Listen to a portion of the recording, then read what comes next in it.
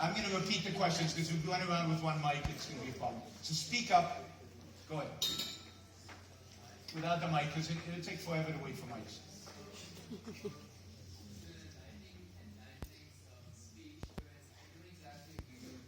Like, your opinion? That's okay. I'd be pretty shocked if you did. Yeah, I feel like selfishness, it breeds other emotions. Like selfishness itself might not be bad in certain cases. So give me an example. Well, I'm from India, so I can give you the Indian example. Gandhi was actually like from a pretty well-off family. If he had been selfish and followed like his course as a lawyer in South Africa, India would still be under oppression by the British. And as a product of that, I can only see two outcomes. Either India is oppressed and Indians are oppressed, and the other one is Indians rise up against the British. And then you get violence and that's that violence, yeah. Okay, so I get the point. So Gandhi, a selfish thing for Gandhi to do would have been to continue to be a lawyer and go and make money, right? Be a successful lawyer. But he chose, instead of that, to do something selfless and to lead the Indian nation to independence in a peaceful way, which resulted in lots of good things. And and let's just assume that the setup is true. That is, that everything you said is true. I'm not an expert in Indian history, so I don't. See, part of the problem is that the way we've been taught about selfishness is to assume that selfishness equals money. But selfishness doesn't equal money. It equals pursuing the values, the rational values, that are going to make your life the best life that it can be. Many people choose to have less money. So I'll give you an example. I'll give you a personal example. I got a PhD in finance. I had job offers from Wall Street, and I had job offers from academia. Clearly, Wall Street would have made me a lot more money. I would be a millionaire today, many times over. I chose to go into academia. Why? Because I love teaching. I love this stuff, if you can't tell. I love this stuff. You can't buy this stuff. You can't buy what we're doing right now from my perspective. You can give me millions of dollars. This is what I want to do. I don't want the money. And that, to me, is the most selfish thing I could do. It's not about money. It's about what are your values? What are your rational values? Now, let's say Gandhi, I don't know Gandhi, so this is imaginary, right? And Gandhi might not have been selfish. But if he was, a peaceful resolution to India, a place where he grew up, where his entire family is, where the people he loves lives, where he is going to live, was more important to him than money. Now, I'm not saying it was a selfish decision, because I don't know what went inside his head, but it could be a selfish decision. Don't associate selfishness with money. Just like Steve Jobs doesn't only make this for money. Now, by the way, I get paid for doing this. So I'm not doing it for free. And I wouldn't do it for free. SFL's not paying me. My institution's paying me a salary. This is my job. I wouldn't do it for free. So I'm still in it for the money. But I'm willing to give up a lot of money to get the pleasure, the fun of educating minds. Right? Now, some of you think corrupting, but I think educating minds. Just like Steve Jobs wanted to make money doing this, but he also wanted to make something beautiful that wasn't about money. Now, he needed both. So, one of the corrupting influences of this other morality, right, is to make you think of selfishness, not just lying, stealing, SOP, but money. It's funny, the left, I'll just generalize, left, Marxism generally, is the most material, money-obsessed group I've ever met. And it's people like you who love capitalism, who love free markets, who love freedom, who care a lot less about money. Money's less important. There's a lot of things more important than money to me. Money's good. A lot of things more important than that. But the left can only think about money. Dialectic materialism, it's called, not dialectic spiritualism or anything else. Yes. Should I just point? I don't know where the mic is. I have a question. Sorry. And I already have the mic. Yeah. I have two comments first, and then afterwards a question. My first comment is that it seems that we're already in nature, about 1% of people are born, as your perfect type, unable to feel compassion for other people. They're called psychopaths. But It seems like the things that they have in their personality corresponds quite a lot with these ideas. Another point I'd like to make is that Mother Teresa was not a great person, as everyone who's ever read. She was quite a horrible person who wanted to, if anything, keep the people of Bangalore in poverty forever. And so pointing to her as being, the pinnacle of good people. No. I don't think she's a good person. I think the culture thinks she's a good person. She's a horrible person. She was for lots of reasons, among others, what you just said. Sure. I agree completely. My last comment on my question is then, if we're going to try to create a society where we optimize the happiness of people, and you see more government, taxation as the problem in that, I do wonder why the people of Denmark seems to be so much happier than the people of Somalia. Somalia has virtually no state. The people of Denmark has quite a lot of state. It seems counterintuitive to what you're promoting, that the most regulated and taxed people in the world should be, coincidentally, the happiest people in the world too. Great question. In spite of the insult, nothing I said excludes compassion. The idea that people who are self-interested are not compassionate people is something you just made up to devise a straw man that was never mentioned. It doesn't even exist. So, I talked a lot about love. Love involves compassion. There's lots of things that involve compassion. Compassion is a value, one of many values. Compassion does not require sacrifice. Indeed, most people who sacrifice, like Mother Teresa, feel no compassion. It's people who are capitalists who feel the most compassion. But let me answer your question about happiness of the Danes, because it's kind of funny. So first, nobody in his right mind, some people, but they're not in their right minds, nobody in his right mind uses Somalia as an example of anything good in the world. And certainly, my example didn't say, if there was only no government, everything would be great. I'm a great believer in government. I'm not an anarchist.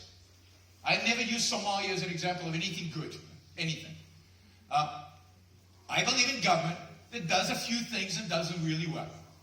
It does the definition of protection of property rights, it does policing, and it does military. Three things that don't exist in Somalia. When those three things are done well, you get happy societies, like Denmark. We'll get to the welfare part of that in a minute. Like Hong Kong, which has no welfare state, but people are pretty happy, other than with the lack of democracy. Okay, it's a piece missing, but this is the funny thing about Hong Kong. 70 years ago, Hong Kong was a fishing village in which about 30 to 50,000 people lived. Today, Hong Kong has 7.5 million people. Those people weren't born in Hong Kong, right? They came from all over Asia. They risked their lives to come to Hong Kong. They swam, they went on rafts, they went on little boats from all over Asia to come to Hong Kong. Why? Hong Kong had no safety net. Because they had opportunities, because they had protection for property rights, and they could make something of their lives. Now they've reached a point where they want to vote too. Good for them, and I support that completely. But just property rights without a vote drew 7 million people into Hong Kong. 7 million people. They never had to vote. Under the British, they still didn't have the vote. They were ruled by a government.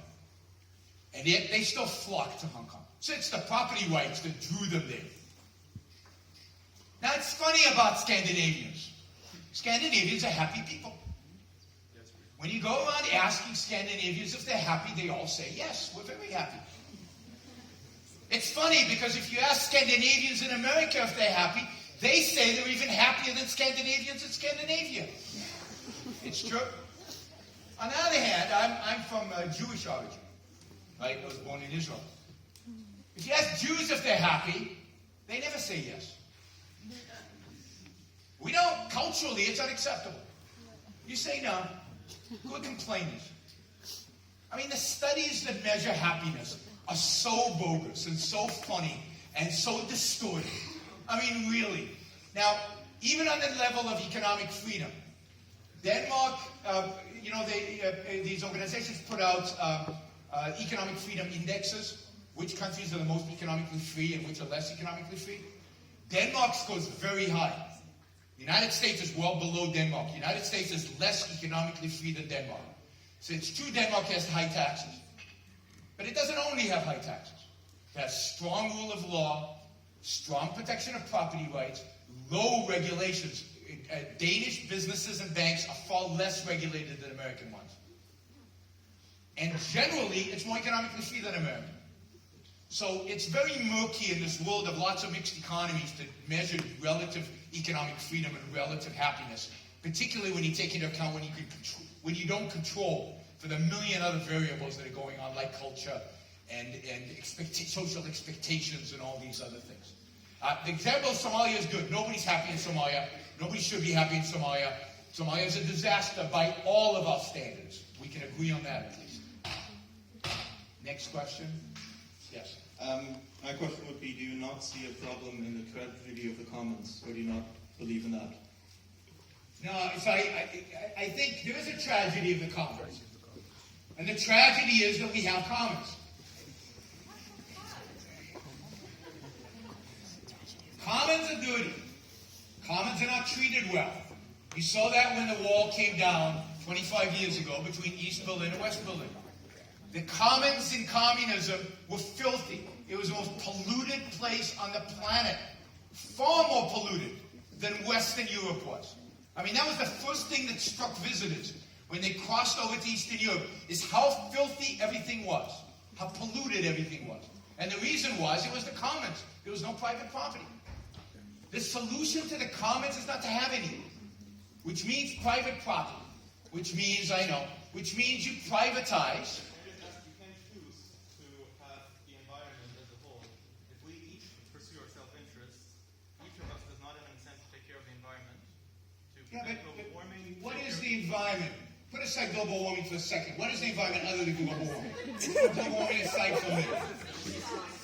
I'll talk about global warming. I'm not trying to evade the question. I just want to separate it out into units so we can discuss it intelligently, which is unusual, I know, but what is an environmental example? Fish stocks. Well, the best way to deal with fish stocks, as people have already started experimenting in Iceland and in Norway, pretty socialist states, is by privatizing them. By creating private units to measure how much you take, and you own it, and you can trade these units, and it's actually solved the fish stock problems. And there are other ways in which you can privatize the fish in the oceans to protect those fish stocks. I'll give you another example. Fishes, elephants. Elephants are becoming extinct in Africa. And then they found a solution. You know what the solution is? Private elephants. No. Well, you won't let me answer, right? So you create private reserves in which the owners have an incentive to protect their elephants from poachers because they make money at it, either through visitors or through organized hunts. But if you hunt an animal and there's profit in it, there's more of that animal to be had.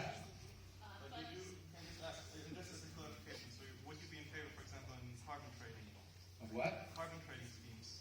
Carbon trade. So what's that? Carbon trade. Carbon trading, yes. So you're asking about global warming. No, but isn't that the example you gave? Private fish stocks do the same thing. They give people the right. Yes, when there's a problem. On the market. The question is, would I be in favor of carbon trading? Because didn't I say fish stocks are a form of carbon trading, right? Because you've got a fish stock, you get a piece of the action, if you will, and then you can trade it and develop it. Wouldn't I apply that to carbon trading? If I believed carbon was a problem, if I thought the solution was to reduce consumption of carbon, even if it was a problem, if I thought the reduction of carbon was the solution, then carbon trading is the right approach to have. If. I don't necessarily think it's a problem. I'm not a scientist. I'm not going to make a definitive statement about it. But neither are you guys. But you guys have been brainwashed into this. 98% of scientists don't believe that. It's another feature of your brainwashing is you believe that 98% of scientists believe this. Every study shows that 98% of scientists do not believe this. But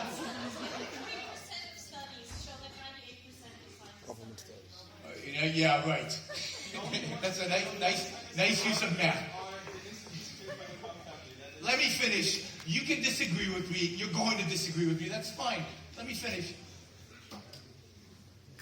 For decades, the environmentalist movement has been feeding us one catastrophic scenario after another. I'm a finance guy. You come to me and you want me to invest, I ask you what your track record is. And if you tell me that every investment you've ever made, you've lost money, I don't invest in you. So I look at the environmentalist movement. I'm not a scientist. I don't know the numbers, right?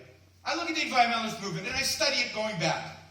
And I look at what they say about DDT, which scientists 20 years later said was untrue.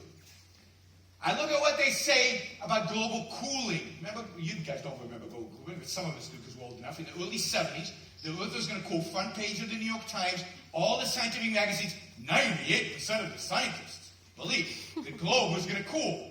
Didn't. 1968, a famous book came out by Paul Ehrlich, one of the great environmentalists that people still worship to this day, that said that hundreds of millions of people were going to die of starvation during the 70s because of overpopulation. Didn't happen. So when I look at these things, these string of failures, I am skeptical. I'm skeptical of what they tell me next about the end of the world. The end of the world ain't happening. Is it possible that you're only picking out some failures? No, I'd love to hear about the successes. But love to, sometimes. I'm talking about catastrophic losses. Scientists said it was poisonous to this. Let me keep going. Now, let's say that they're right. Let's say the globe is warming. Let's say it's all true. I'll grant you it all. I'll grant you that the human beings are causing the warming that stopped 14 years ago for some bizarre reason, but 16 years ago. But let's say it's still happening, right? What's the solution? Now, I can guarantee you one thing, that the solution cannot be, should not be, must not be, stop using carbon fuels. Because what that actually means is stop living. Because it does. You can laugh, but everything around you is made of carbon, fuels, of oil, of natural gas. The plastic of the chairs you're sitting on, this bottle, this cup, most of the synthetics in your clothes are made from carbon. Most of the stuff in this room is made from oil byproducts. Stop using oil. Stop refining oil. I might as well go back 300 years to when we were all poor, we were all starving, we were all subsistence farming, children died before the age of 10, life sucked. Carbon emissions are created while you refine the oil to create the plastic. Where do you think carbon emissions come from? The whole process is about carbon emissions. You know when you stop emitting carbon? This is where you lose people. You stop emitting carbon when you're dead. Only time when your footprint is zero. And I guess some people like that. They want us to have a zero footprint. Yes? Yes, I was wondering how you defined coercion, because in the last part of your lecture you were more or less, you implied that governments have a monopoly on coercion since they can actually enforce law on people. But in my opinion, I think that money is one important way of coercing other people. So there's an important distinction in my view between two types of force, or two types of power, put it that way, two types of power. Political power and economic power. Political power is about guns. It's about grabbing you and moving you somewhere you don't want to go. Economic power is about providing you with values voluntarily. You do not have to buy an Apple product. You do not have to buy a phone. You do not have to use carbon fuels. You can go live in the woods. It's your choice to participate or not participate, to trade or not to trade. That is very different. And that is not coercion.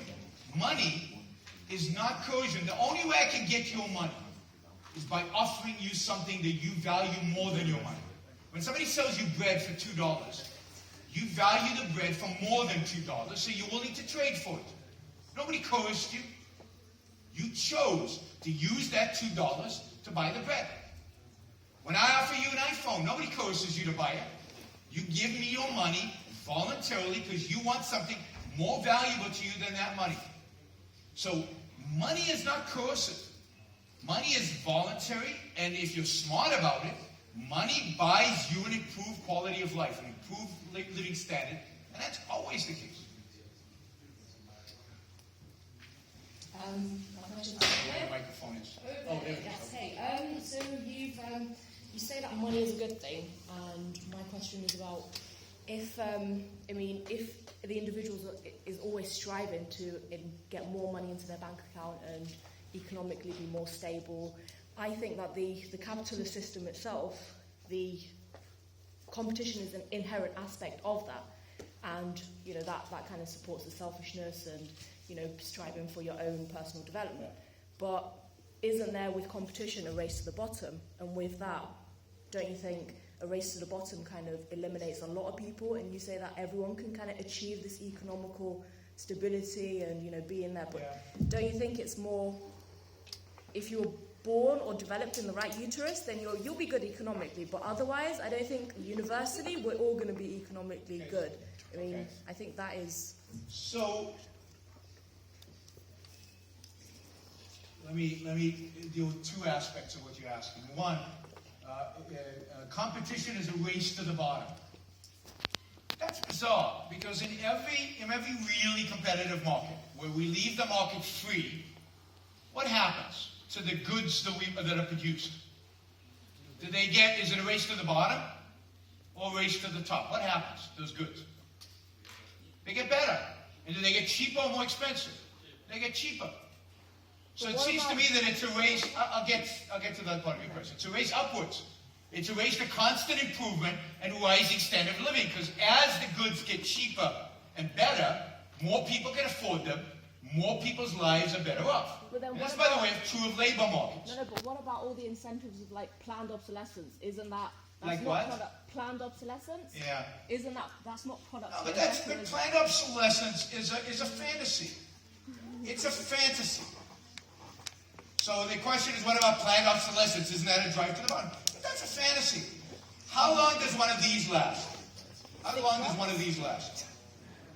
Anybody have an iPhone 3? Anybody have an original iPhone? It still works. Nobody planned its obsolescence. It still works. The only reason you're not using it is because you don't want to. You still want something faster and cooler and cheaper and better. Yeah, but you could use the old software. Nobody is preventing you from using the old software. Nobody's preventing you from using the old... you're taking a virtue that people are improving their software and improving computers and turning it into a vice, which is bizarre. Planned obsolescence doesn't exist. But then there was a case... It doesn't. Now, if it did exist, some smart capitalist would say, hey guys, my product lasts longer than all of your products, and I'll sell it a little cheaper. And we wouldn't, if we didn't want the planned obsolescence, we'd all buy the longer lasting product, and he'd get the entire market share and drive everybody else out of business. That's how markets work. That is really how competitive markets work, not how your fantasy world that your professors teach you works. Competition drives upward. Now, take capitalism. Everybody's going to be getting poorer and poorer and poorer if what you're saying is true. But why is it that the exact opposite happens? Before we had capitalism, before you had capitalism 250 years ago, how many people were poor? What percentage of the human population lived in poverty before capitalism? 99%. Almost everybody was poor. By the standard of poverty 200 years ago, how many people today in the West are poor? Nobody. By the standards of 200 years ago, nobody today is a subsistence farmer starving because of the wealth produced by capitalism and redistributed by socialism. And it had to be produced first. Had to be produced. Just look at the numbers. All those people who came to Hong Kong were dirt poor. You know how rich people are in Hong Kong today? Average wealth in Hong Kong is equal to that in the United States. And yet they were all good poor when they came there. Today they're rich. Seriously? Why? Because they produced, because they created, because of competition. Competition drives wealth up, drives standard of living up, drives quality up, and costs down. In every single market it's tried. And when the reverse happens, it's always because of government regulations, government price controls, government intervention. Where's the next question? I'm just following the mic. Hi, yes, we haven't talked about the welfare state yet. So what do you think is supposed to happen to people who just don't make it? You know, who don't make it for various reasons, doesn't really matter why. Are they supposed to die? Or are you then for the welfare state also in relation to crime, maybe? So first, the percentage of people who can't make it is insignificant. It's tiny. I know you laugh because you've never lived in the world. Capitalism creates more jobs than there are jobs to fill. When immigrants came to America in the 19th century with no safety net, no redistribution of wealth, nothing, or to Hong Kong, those 7 million who came to the island, they all got jobs. They all took care of themselves. They all found their lives getting better. None of them went to school. I mean, my ancestors, poor Jews, came from the middle of Poland. They were ignorant, they were poor, they were unskilled, and they came to the shores of New York, and they got jobs, and they found a way to make a living, and they saved, and they sent their kids to school. But they rose up by their own effort. Now, there's always a small percentage, a tiny fraction of a percent, who really can't make it. Okay, so they're disabled. It's a tiny little fraction of a percent, right? I agree. What would happen to them? Well, they'd get charity. Now, you laugh. But look, at the end of the day, somebody who can't make it only has two options in life. They can come and ask me for my help. And I'm a benevolent, nice guy. And if I've got extra money, and if I like the person, I'm likely to help them.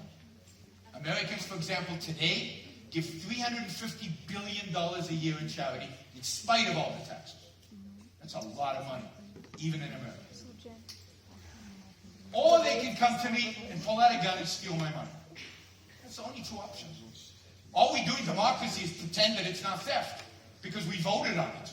Somehow we turn theft into taxes by voting and consider it moral. But theft is theft. So if somebody really can't, he's dependent on other people. And in my view, he's dependent on other people's goodwill. And if we all believe that these people should be helped, because I think it's legitimate to want to help them. They're human beings after all. We do feel compassion after all.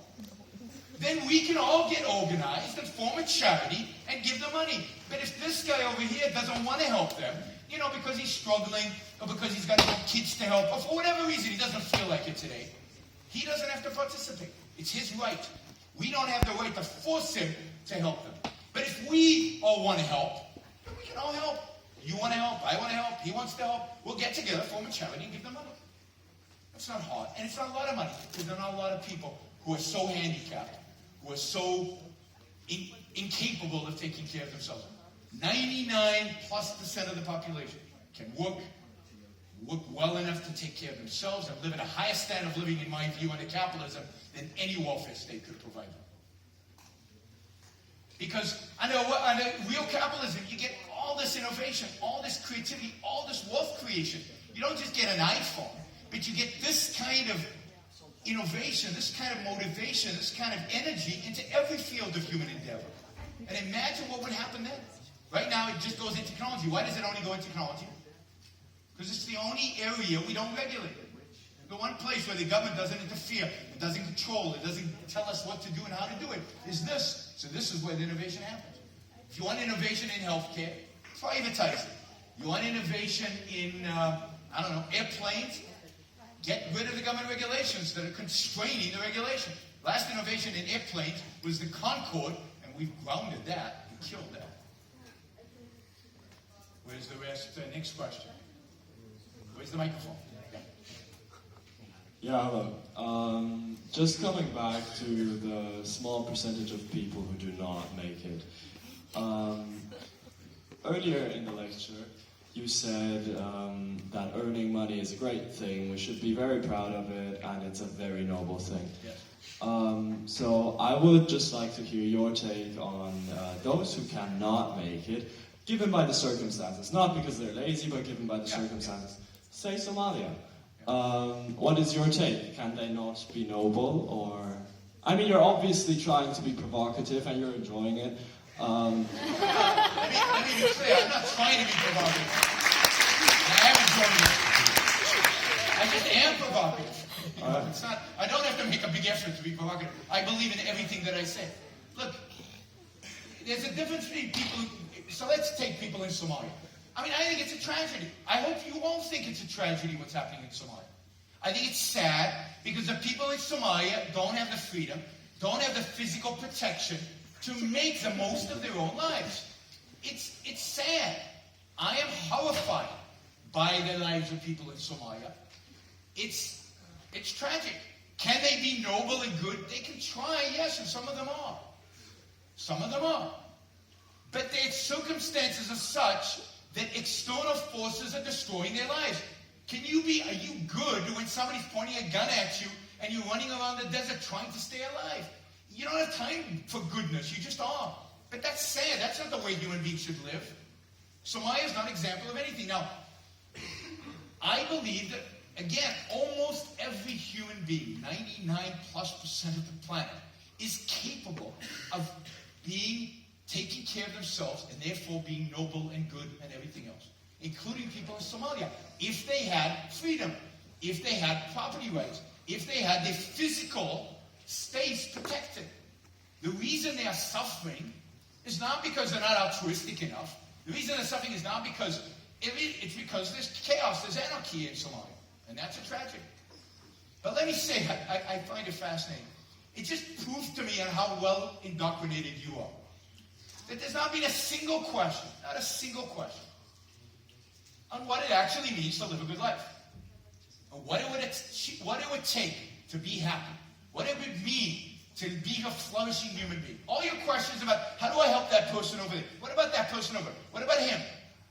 We live in such a dominantly selfless, this morality is so ingrained in all of you, you can't even think about, what's good for me? How do I live well? How do I attain happiness? That should be really should be on your mind. Not what happens to 1% over there. Mostly they can take care of themselves. They don't need your help. It's pretty arrogant of you to all think that you can help those people. That you know how other people should live, how other people should be happy, what values they should pursue. That's typical Western middle class, right? We know, and we're comfortable. Right? We sit in nice chairs while we're contemplating the fate of Somalis. Right? Go to Somalia. See what it's like. But you should be focused on your own lives. Yeah. She has a question about her own life and her own happiness. So give her the mic. Here. Yeah. After him. All right. So you said you referred to Steve Jobs a lot, and certainly he was very innovative, but he wasn't that innovative about workers' conditions in the factories where his iPhones are produced. So the questions I want to ask is regarding liberty and freedom. Certainly liberty and freedom is also a question about the choices you have for yourself.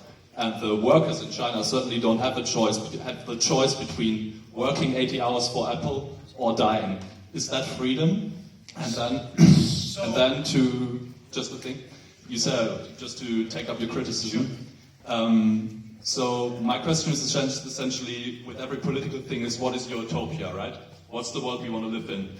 And I think the system you're advocating, laissez-faire capitalism, it's happened, right, in the 19th century. And that was essentially the situation where people didn't have a choice between working and dying. And, I think that's not the world we want to live in. And it's certainly not the world I want to live in. That's right. Before the 19th century, the only choice they had was to die. And you want to take the choice to live from them. And that's fantastic, right? You'd prefer dead people than people who have a choice between death and life. I find that bizarre. Because before the Industrial Revolution, how many kids lived to see the age of 10? Less than 50%. What was life expectancy? 39. I get to his question, believe me, I'll answer it in detail. Yes, I'm offering them a choice to live. That's exactly what the Industrial Revolution did. It raised the standard of living of all of us. You wouldn't be here if not for laissez-faire capitalism during the 19th century. You wouldn't have any wealth to redistribute today. We'd still be living to 39. We'd still be dying when we were children. You think the Industrial Revolution created child labor? What did children do before the Industrial Revolution? They worked on farms and died working on farms. What the Industrial Revolution allowed them to do is earn enough money so they didn't have to die. Oh my God, what a horrible thing. Children living. We wouldn't want that, right? So what the 19th century did was allow us to create enough wealth so we as parents could take our children out of the workforce, because nobody wants children to work, and put them into schools. But before the end of the 19th century, before laissez-faire capitalism, before we created the wealth that laissez-faire capitalism allowed us to create, we were too poor to keep our children home. You guys should study just a little bit of history. It would be helpful. Now let me talk about China, because I, counter to you guys, have been to China, have talked to those people. They love their jobs at Apple. They love their jobs at Apple because the alternative is not death. The alternative is not death. The alternative is going back to the farm and living under socialism, the system that you love so much. And that system, well, it is, because those are the two alternatives at the end of the day. And that system is horrific. That system is horrible. Now you say, why don't they just get European-style salaries? Why don't we just pay Chinese workers what we pay Europeans? Well, because China doesn't have that kind of money. It doesn't have that wealth. They're not that productive. Where's the money going to come? You guys think the money grows on trees, or the government just prints it, of course. And it just is there, right? You have to make stuff to get money. China, over the last 30 years, China, through this horrible stuff that you described, has allowed more people to rise out of poverty than any country in human history during a 30-year period. Over 400 million people have gone from poverty into middle class in China. We should be celebrating this. We should be demonstrating in the streets in favor of more of this, more freedom, more capitalism, so more people can rise from poverty into middle class. Before capitalism, we were all poor. Suddenly, after the 19th century, we're middle class and rich. I wonder what happened in between. Welfare state In developed. China today, go to China. Go to rural China, where there's no capitalism, where the party is still imposing its socialism. And go to Shanghai, go to Shenzhen, go to Guangzhou, go to the cities in which they've allowed economic freedom, and see the wealth that they have created. See the wealth that Chinese people have created for themselves. And you want to criticize these people for the lives that they have made? Because again, you sit in middle-class Europe, twiddling your thumbs in a welfare state that survives because you've got some people producing and you can steal their money and give it to others, and you've got ancestors who created massive amounts of wealth because they were free. And you sit here and you judge Chinese laborers who are choosing a much better life, learning a skill, advancing in their profession. Some of them become plant managers and ultimately entrepreneurs and build their own businesses and become rich. It's a disgrace. I mean, literally, it makes me so angry because it is a disgrace. The West is a disgrace because you want to keep them in poverty. Let me go back to the CO2. Do you know what would happen to the poor in Africa if you guys got your way with CO2? You would institutionalize them into poverty. They would always be poor because the way to rise up is to burn fuel. That's how we get energy. So if you ban oil, Africans will always be poor. But you don't care. You care more about the snails than you do about anybody living in Africa. If you cared about Africans, you would be advocates for capitalism. You would want them to burn carbon fuels. You would want them to be rich. And the only way to be rich is to make it, produce it, create it, and that requires economic freedom, that requires burning fossil fuel, that requires property rights. That's what you should be advocating for Africa, if you really care. You don't have compassion. I have compassion. I care about Africa. I've been to Africa. I've been to China. You laugh all you want. I care about them, and because I care about them, I'm an advocate for capitalism. I'm not an advocate for capitalism because I want to be controversial, because I think it's funny, or I think it's cool, like you guys. I advocate for capitalism because I care about human beings and human life. I want to see us live to be 120. I want to see Africa thrive. I want to see them unbelievably productive, because you know what? If Africa's productive, I'm better off. I understand that production is win-win. That if somebody else is rich, I'm even richer. I want everybody to be rich if they can. But for that, you need freedom, you need property rights, you need to produce, you need capitalism.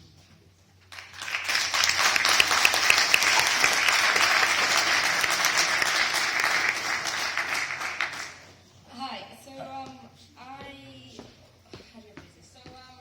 For me, the essential part of Ayn Rand's philosophy is the fact that you should follow your self-interest. The perfect man, from the Fountainhead. But that self-interest, it's not laissez-faire capital. It's not making money. It's following your core and being completely true to yourself. Because now we're acting like she invented laissez-faire capitalism, and kind of, it's a discussion of the two, dichotomies. But isn't it that you should follow your true self? Yes. And not look at the society as a whole and what they want you to do. And that is the pure selfishness. Yes. Not following money or producing or doing it at the expense of others. So I'll give you an example. In the Fountainhead, Yeah. Howard Rook, he's an architect. And he's about to get this, he's a poor architect. He has nothing, he's struggling, nobody wants to build his buildings. And then this bank wants to hire him to build this amazing building, give him a lot of money for it. And he's all excited because his designs are there, and they say, yes, you got the commission. However, Mr. Rourke, we want to make changes to your design. And he has a whole theory of architecture, agree or disagree. It's his theory, he believes in it. It's a modernistic theory, and they want to start putting Greek elements into these modern buildings. Right? He says, no. And they say, but you're going to give up millions of dollars, you're going to be rich. He says, doesn't matter. My integrity is more important to me than money. So you're absolutely right, and that's what I said before. It's not about money. It's about your values. It's about, living your life, choosing rational values, believing in those values, producing to take care of yourself, which Howard Rook, he goes to the quarry. He works in a quarry because nobody would hire him as an architect, right? It's about creating and building, having integrity, being honest. It's about, that's what being self-interested really is. Now it turns out that if you're like that, right, if you're judging your own, you don't want people stealing your money, and you don't want people telling you how to build buildings, right? Howard Rook gets to decide how to build buildings. That's where the laissez-faire comes in, right? It's only laissez-faire, not in the money sense. Money's just one aspect of it. It's in the sense of freedom. I want to build what I want to build, and if I can find other people who are willing to risk their capital and maybe risk constructing the building with me, then why can't we do it? Why do we have to have some zoning czar divided by the government tell us what kind of buildings we can and cannot build? Or if I want to build a new company, start a company tomorrow, why can't I just start a company tomorrow? Why do I have to fill out 20,000 different forms and talk to 10 different bureaucrats and go through a whole thing? So it's about doing what is really you. And that requires laissez-faire.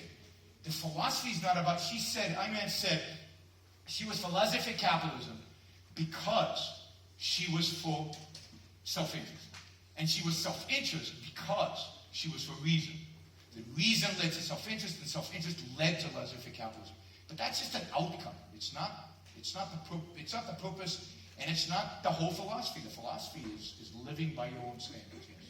But then, why do you think it's misunderstood in this quite obvious ways? Because, again, we're so ingrained with the idea of altruism, with the idea of a philosophy that says live for others, that it's hard for people even to know how to live it. And all the questions, again, about what happens to this guy, isn't this exploitation? It's all what your professors are taught. Because what's interesting, and I know it's your professors, why? Because every group I speak to asks exactly the same questions. There's no variability.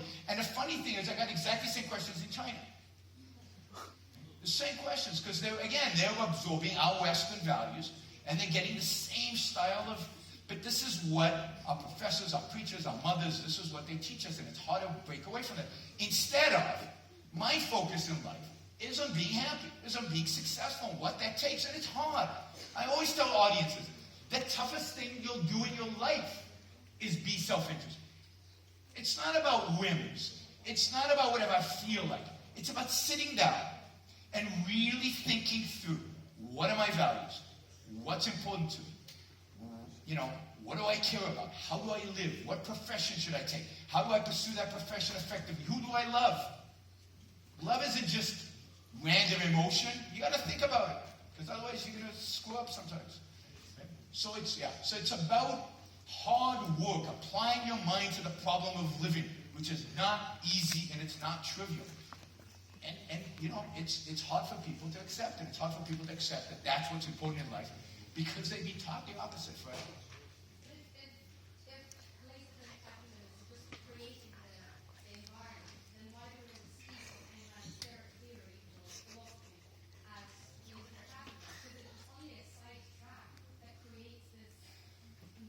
Because it's what people care about. What people care about. They shouldn't. I mean, it should be the end result, not the beginning. And look, the environment, the political environment, affects us all. So I can't live my life to the fullest ability, the fullest happiness, because 50% of my money is taken away from me.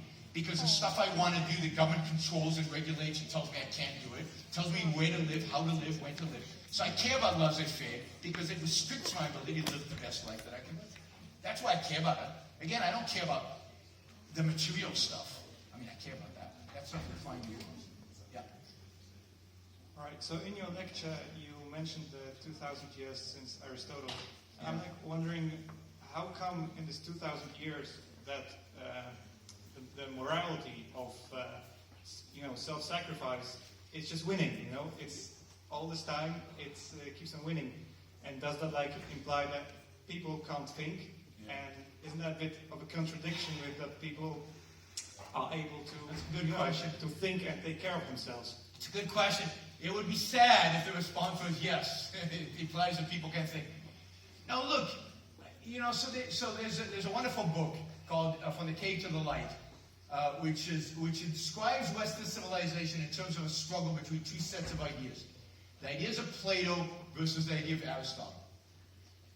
Plato is the mystic, collectivist, selfless, live for the group. Aristotle is the freedom, reason, individualism, right? The purpose of morality is eudaimonia, your flourishing. And the Platonists keep winning. And I think the main reason in the West for that is religion. I think what happened is that very early on, religion caught on to this. Because how do you control people? What's the best way to control people? Well, fear is one, but it's not a very productive one.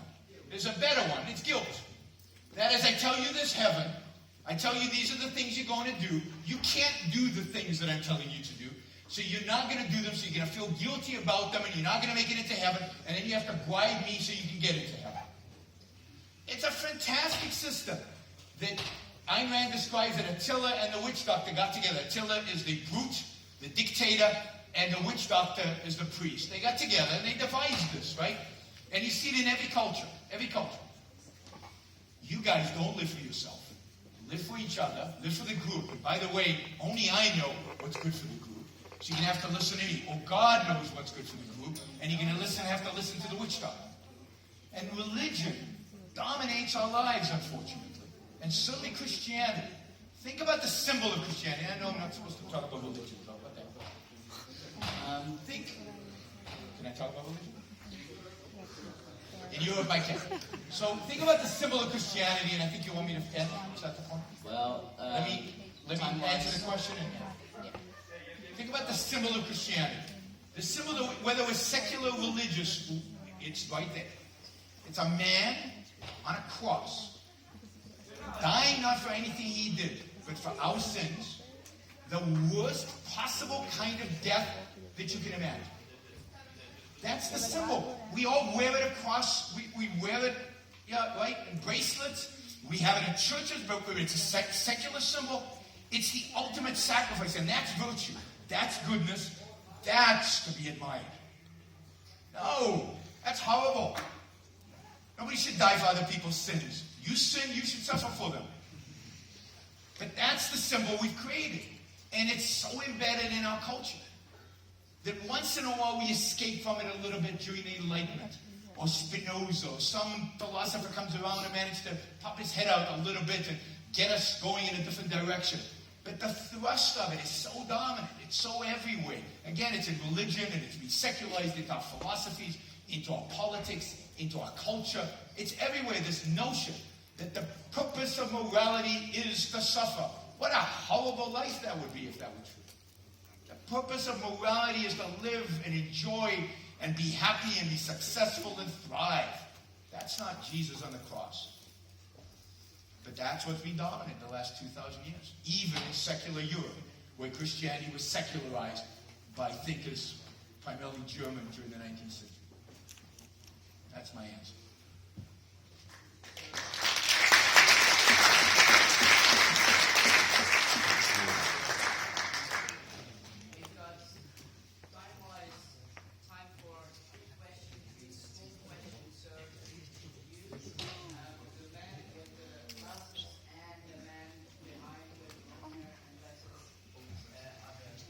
That's it?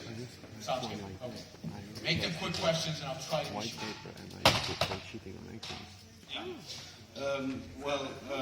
A quick comment. I think as a human biologist, I'm a bit disappointed that nobody seems to understand that man is neither an individual nor a grand-scale collective being. It's a tribal animal. Man is genetically programmed to be tribal and live in tribes of about 150 people.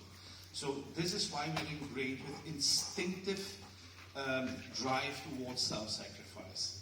And this is the reason why everybody sort of starts to react very emotionally when you turn or leave the impression that Ayn Rand is a pure single individualist.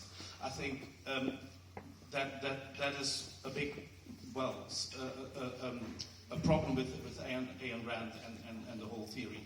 But evolving from that is that you say that you hope for democracy and in countries where there's not. In my experience, democracy always leads to growing socialism. Yeah, no, I did not mean to say that I'm for growing democracy. I believe in constitutional republicanism, in a limited democracy where individual rights are protected and where you can't vote to take people's stuff away from them. You can't vote to silence people like we do today in Europe. Majorities don't have a right to inflict those kind of things on people. So from a pragmatic point of view, you're preaching a revolution. Oh, of course. I'm a revolutionary. I don't happen to think it has to be a military revolution. I'd like it to be a peaceful, intellectual revolution. But yes, I'm a revolutionary. My book is called, if you haven't seen my book, it's called Free Market Revolution. And I'm a proud revolutionary. You can join me if you want. It's a fun cause. It's a good cause to fight for. I disagree with your biological characterizations of man. We don't have time to really get into that debate. I believe man is ultimately an individualist who benefits from the tribe, and the way he interacts with the tribe, I mentioned, is by trade. That's the optimal way. We have reason. So even if we do have certain instincts, we can override those instincts through our reason. We can reason ourselves out of those instincts. I change my emotions all the time because I reason differently. I used to love this. I don't love them anymore because they've shown themselves to be rotten. So I love this. We all experience changing emotions based on changing ideas, changing evaluations. Our emotions come from our evaluations. And I'm not saying there's no genetic, there is a genetic influence. But I think it's much smaller than most biologists want because they don't understand free will. And I think we have the reasoned capacity to overcome it. Biologists don't understand free will. Yes, and I assume you believe in free will, because otherwise why are we having this debate? Sorry. I just have a small question. If someone gave you a gun with one shot and you were with your daughter in the room, who would you kill? Yourself? Or just an extreme example, just to know, should you act selfishness or not? Well, that's a great example. I mean, it's a silly example in this sense, and I'll answer. It's a silly example because that's our life. Morality is about life. It's not about lifeboats. Lifeboat scenarios is a distortion of ethics. It's how they teach. I know that's how they teach ethics today. But it's the whole point of it is to tell you that ethics is not relevant to your own life. Ethics is about how you choose your career. Ethics is about how you choose your friends and how you choose your loved ones. Ethics is about what you do after you walk out of here and how seriously you take your own life and your own mind and your own ability. That's what ethics is about. Now, if you present it with you an alternative, and I can think of more realistic alternatives. Somebody gave me a gun whip on bullet. My child is drowning in a river. And to save it, I'm going to drown. But would I jump in and save the child? Of course I would. It's my child. If it was your child and I was passing by, I might not. Because I'm selfish. It's my child. My highest value is the people I love. I don't want to live in a world where I didn't try to save my kid. I'd rather die. I think suicide is completely selfish under certain circumstances. Given how high the value of my child is to me, I would save him. Right? Take the bullet, if you want. But I wouldn't do it for your child necessarily. You know, I wouldn't. It's not mine. I'm not. Yeah. Okay, I'd like to come back to those that cannot make it in the ideal world of yours. However, you say they're saved by us because it makes us happy to save them. But you also say we're only taught selfishness as the ideal, as the one value we only have left. So it wouldn't make me happy anymore to save anyone, wouldn't it? Yeah, I mean, it's a great last question because this just proves my entire thesis. It's great. All you care about, I mean, this again, what you should care about is your life, your happiness. Why would a selfish person ever help another person? That's the question. You know, if I see in my backyard, if I see a plant that's about to die, I'm going to water it. You know why? Because I love life. I love life. The philosophy of self-interest is a philosophy of love. It's about loving life, your life primarily, but life generally. We love animals, we love cats, we love dogs, we love all kinds of things. When you see a dying animal on the side of the street, you try to help it. You don't want to see stuff dying because you're a human being who loves. That's why I help this person. Not because it'll make me happy, it wouldn't make me happy. But it would be a positive, a little bit of positive in my life. It doesn't make me moral. What I do for myself is what makes me moral. But it's not hurting me either.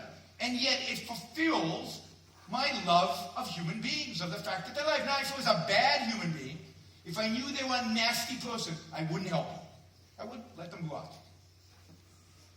But if I don't know them, I'm benevolent. I'd assume better of them. And if I did know them, they were good. It would be part of my life. So this is the whole notion of self-interest being cold, unpassionate, unloving, uncaring, no compassion, is a straw man. It doesn't exist. Really selfish people, people who really care about their lives, value their life so much, recognize the value of life so much, that they love all life to some extent, and are willing to share with other people, but voluntarily, and out of real compassion, not forced compassion, not fake compassion, not guilt-driven compassion. Would everybody be saved? I don't know.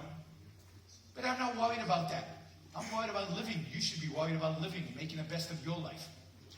And that problem is such a marginal problem. The whole problem of those people who can't is such a marginal problem. It's so insignificant. Not only that, the amount of wealth we create. I mean, the amount of wealth we create in this mixed economy shambles that we have, that we call the West today, with economic growth of 0 to 1%, is pathetic. If we had free economy, we'd be making so much wealth that the little bit to help people would be nothing. Nothing. We're poor. We're dirt poor as compared to that parallel universe over here that doesn't have a welfare state. Thank you all.